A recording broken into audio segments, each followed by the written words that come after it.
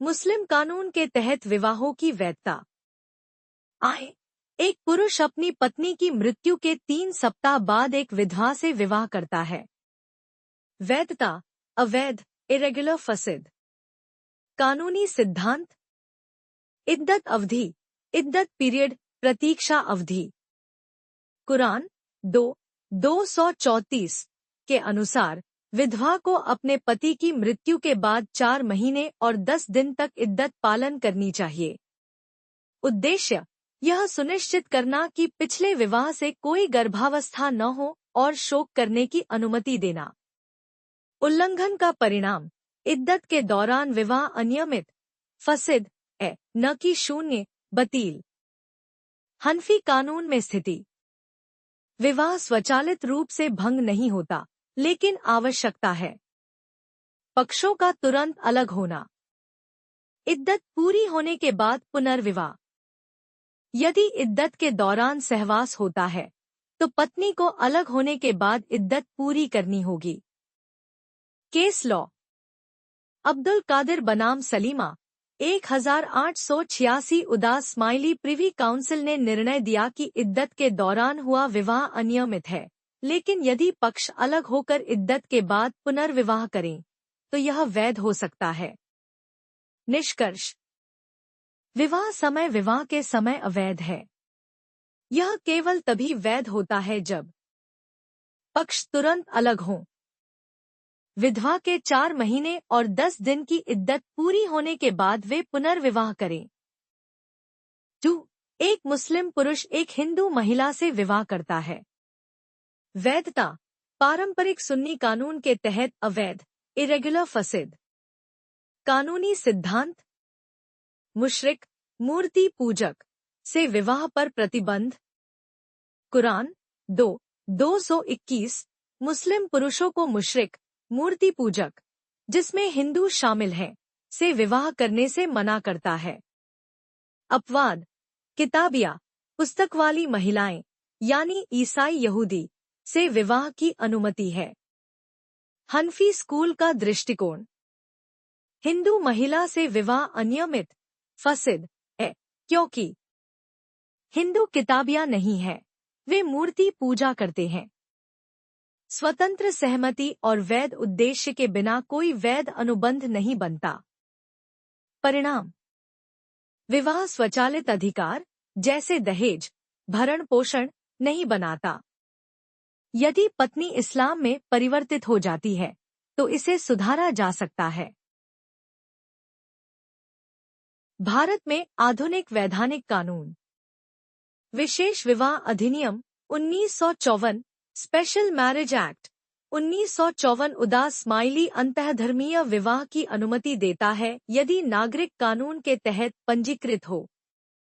मुस्लिम विवाहों का विघटन अधिनियम 1939, dissolution of Muslim marriages act 1939 उदास स्माइली ऐसे विवाहों को स्पष्ट रूप से वैध नहीं ठहराता, लेकिन विघटन के लिए आधार प्रदान करता है। Case law.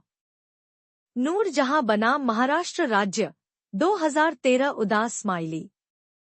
Bombay high court ने कहा कि एक मुस्लिम पुरुष का हिंदू महिला से विवाह व्यक्तिगत कानून के तहत अवैध है, जब तक कि वह धर्मांतरित न हो। शफीन जहां बनाम अशोकन के 2018 उदास स्माइली। सुप्रीम कोर्ट ने इस्लाम में परिवर्तित हिंदू महिला के मुस्लिम पुरुष से विवाह करने के अधिकार को बरकरार रखा, अनुच्छेद 25 के तहत धर्म की स्वतंत्रता पर जोर दिया। निष्कर्ष, पारंपरिक मुस्लिम कानून के तहत विवाह अवैध, अनियमित है। यह केवल तभी वैध होता है जब पत्नी इस्लाम में परिवर्तित हो जाए। धर्मनिरपेक्ष कानून के तहत यदि विवाह विशेष विवाह अधिनियम 1954 के तहत पंजीकृत हो, तो यह वैध है, जो व्यक्तिगत कानून की पाबंदियों को दरकिनार करता है। परिदृश्य 1, विधवा की इद्दत के दौरान विवाह। यह विवाह अवैध, फसिद है, क्योंकि इस्लामी कानून के अनुसार विधवा को अपने पति की मृत्यु के बाद 4 महीने और 10 दिन की इद्दत अवधि पूरी करनी अनिवार्य है। कुरान 2:234। इस अवधि का उल्लंघन करने पर विवाह अनियमित इरेगुलर माना जाता है, न कि पूर्ण रूप से शून्य वॉइड। इसे वैध बनाने के लिए पक्षों को तुरंत अलग होना होगा और इद्दत पूरी होने के बाद पुनर्विवाह करना होगा। हनफी कानून के अनुसार यदि इद्दत के दौरान सहवास हुआ है तो पत्नी को अलग होने के बाद फिर से इद्दत पूरी करनी होगी। परिदृश्य 2, मुस्लिम पुरुष का हिंदू महिला से विवाह। यह विवाह भी अवैध फसिद है, क्योंकि कुरान 2:221 मुस्लिम पुरुषों को मुशरिक मूर्ति पूजक, जिसमें हिंदू शामिल हैं, से विवाह करने पर प्रतिबंध लगाता है। हनफी स्कूल के अनुसार हिंदू महिलाएं किताबिया ईसाई यहूदी नहीं होने के कारण इस विवाह को अनियमित माना जाता है। इसे वैध बनाने के 2 उपाय हैं। पत्नी का इस्लाम स्वीकारना कन्वर्शन टू इस्लाम या विशेष विवाह अधिनियम 1954 स्पेशल मैरिज एक्ट 1954 के तहत विवाह करना, जो धर्मनिरपेक्ष कानून के तहत अंतःधर्मीय विवाह की अनुमति देता है।